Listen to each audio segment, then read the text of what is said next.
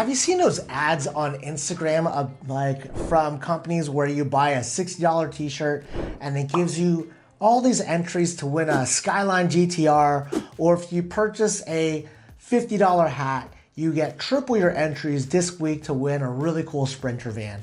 And a lot of you might have been wondering, I wonder why they give the winners a pile of cash with the winnings. And are these actually legit? Let's answer it next. So my name is Eric. I run a company called The Cash Flow Doctor. I do tax and accounting for small business owners and tech startups here in Southern California. And I've been in the tax and accounting business for the last 15 years. With that said, I am also a massive car guy. I absolutely love cars. I have a shitbox Miata that I enjoy racing at the track, and my son has a Frida Roadster, a Honda S2000. He also enjoys racing at the track. And the one thing, if you are a car guy or a car gal, you may have seen Instagram ads that are promoting some sort of a giveaway. They're giving away some really cool fancy car, or they give away some really cool truck, or side-by-sides, or motorcycles. And what you notice is they're also giving away a stack of cash at the same time. And sometimes you may find that the winner of that prize decides to, instead of taking the car, they just take a stack of cash. And you're probably sitting here wondering, if I was to win this thing, if I was to win this, what are the legal implications of it? So as your local friendly tax guy and car nerd, I don't want to break the ice. So here's a question that came up on Reddit. Prizes and a 1099 miscellaneous. Let's say a manufacturer produces an item at a cost of $500, wholesales for $700, and has an MSRP of $1,000. The manufacturer gives it to an organization that awards it as a prize. The manufacturer is credited at the show at the end. The day the prize is awarded, it's available on Amazon for $900. Who creates a 1099 miscellaneous given the prize winner? And what amount goes on box 3? How does the manufacturer treat this on their taxes? And this question is triggered by friends and tax clients who have won significant prizes. Well, congrats. I had a buddy that won a really cool red Honda S2000, and I've been jealous of it ever since. Dang. So let's talk about how do prizes work. Let's first talk about this gambling mechanism. A lot of these companies these days have found that they can sell, honestly, overpriced cheap t-shirts, and then they do it under the guise of effectively buying raffle tickets for some sort of a giveaway. And oftentimes you find them giving away really cool cars, builds, or whatever. And there's a lot of rules on the giveaway side, which I'm not going to talk about. But oftentimes what you'll find is when the winner wins the prize, there's an estimated value for the prize itself. Now, the estimated value for the prize is going to be considered taxable income to the winner. So what you'll see sometimes is a person going to win a $100,000 Skyline R35 GTR, right? But they also include $40,000 in cash. And you're like, wow, why are they giving that cash? It's to cover the tax liability. So here's typically how it works, right? When a 1099 is issued, it's going to be issued by the company that awarded the person the prize. Let's say you were to win a Jeep Grand Cherokee, or my favorite truck, the Ford Raptor R.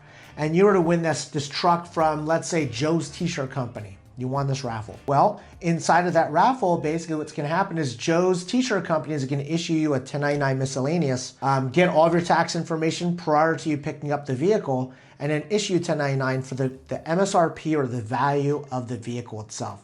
So let's say if the MSRP of the Ford Raptor R is $149,000, you would typically get a 1099 miscellaneous for that dollar amount. Now here's the tricky, scammy thing. This is just my little soapbox. I see a lot of companies doing these giveaways, and they provide a huge value of that vehicle when we all know the build really didn't cost that much. I've seen companies giving away, let's say an NA1 Honda NSX, which I love. And when you look at the rules, the value of the NSX is $149,000. And we all know it didn't cost $149,000 to build. The reason that they do that, or put that huge dollar amount, is because they're taking a tax deduction on their side for the car acquisition, the build cost, the labor, all of these things, and really inflating the price to help drive their taxes down.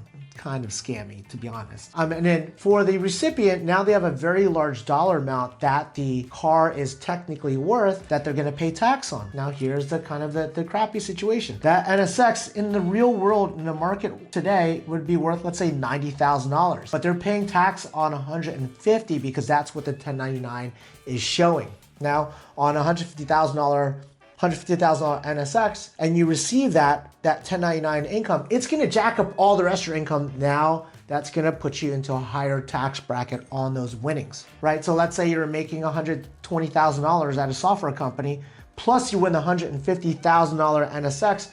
You now have a adjusted gross income of $270,000. 270 is going to put you in a higher tax bracket, federal and state, where you might end up owing, let's call it $55,000 on this NSX. Now, is that worth it to you? I'm not sure, it's really up to you, but that's also why a lot of these giveaway companies do provide cash on top of the winnings of the vehicle. But that's how it works. A lot of folks in the car world have come to me asking, Eric, if I was to win this car, what would happen? What do I look out for? And for me, as the car nerd tax guy, I always think of it from the tax perspective. What taxes are due on a federal and state level? And there probably, or not probably, there definitely is also going to be sales tax on that vehicle as well. When you add up those taxes, you want to make sure you know exactly what you're getting into. And to be honest, a lot of these giveaways, it's not a scam, but it's a way for them to sell a tremendous amount of overpriced merchandise to give away a car and get a big tax break. I did a giveaway, or I entered a giveaway for Peterson Museum, which I love. It's a great car museum here in Southern California. And I was entering for a Porsche 911.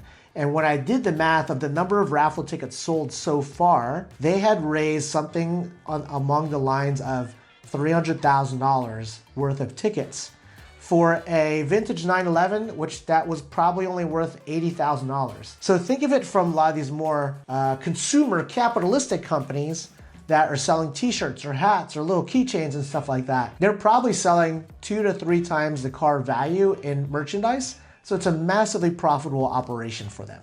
And that's why they're able to give away a car. Remember, nothing in life is free. And Drew, I'm still jealous of you getting the Honda S2000. Oh, so jealous. Anyway, I hope that answered the question of how do prizes and 1099 miscellaneous work in the context of these giveaways, and how it also works on the back end from a company perspective. It could be a very profitable venture if that's your thing.